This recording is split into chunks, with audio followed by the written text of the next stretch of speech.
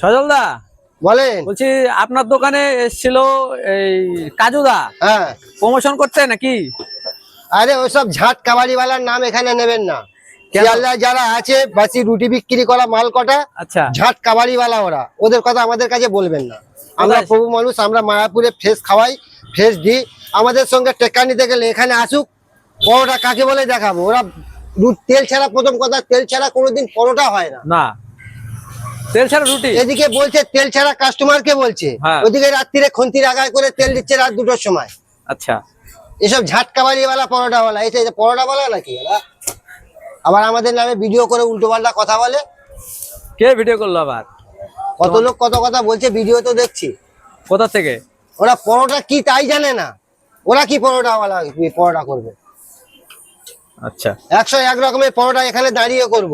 কত বড় ঝাটকাবাড়িওয়ালা আছে, নিয়ে আসবেন এখানে শিয়ালদা থেকে।